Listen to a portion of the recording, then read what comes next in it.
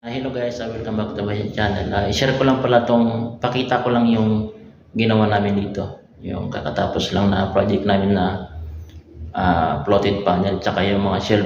Yun lang guys, pakita ko lang, share ko lang para may idea kayo din sa mga gagawin yung project. Yun lang po. Thank you. Share ko lang guys yung ginawa namin dito. Ito, bali, ayan, tatlo na yan, apat na pinto is upuan yan. Tapos yung push lock yung kanyang mga pinto na apat, tapos may ilaw po yan sa ilalim. Tapos ito yung shelf na may ilaw din. Tapos ito yung shelf clear glass, bali 6 pieces. Tapos ito yung 4x7 na mirror. Yan, pagpasok mo ng pinto, yan, pagpasok mo ng pinto, ito yung pinto guys, yan. Pag ganyan yung harap niya, yan.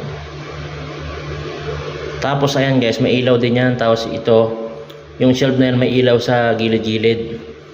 Tapos ito yung ilaw din. Bali tatlo yung ilaw niya. Papaganahin natin. Bali nakasiparate yung ilaw niya guys. Yan. Pailawin natin sa isa. Yun, ilaw na isa. Ito naman yung sa taas. Yun sa baba. Ayan. Ayan, may ilaw na siya. Ayan, may ilaw yung, malakas yung ilaw sa shelf. Ayan. Ayan, ang ganda oh. Kitang kita oh. Ito yung ating ginawa. Cabinet, saka yung floated panel, at saka yung shelf. Ito may ilaw. Ito may ilagay ito dito ng hanger eh. Ayan. Tapos itong malaking salamin na 4x7. Pagod na shelf,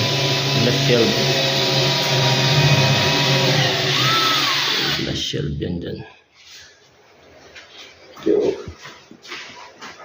Ayan.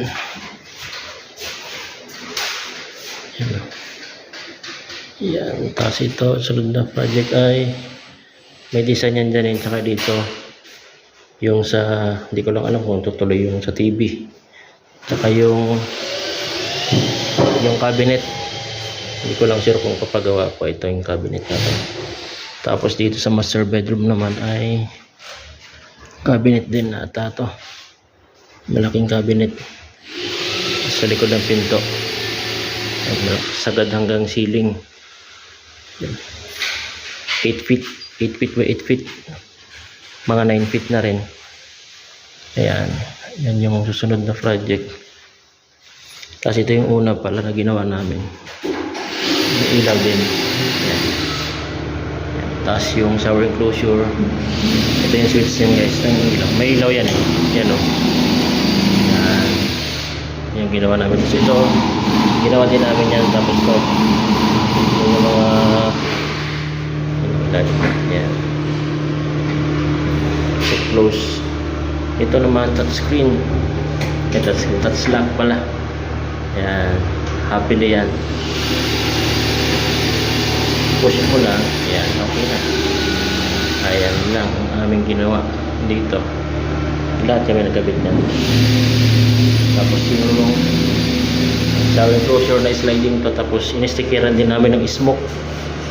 Yan. Ayan, shower enclosure sliding. Yun lang yung ginawa namin dito guys eh. Naganda ng accent ng wall oh.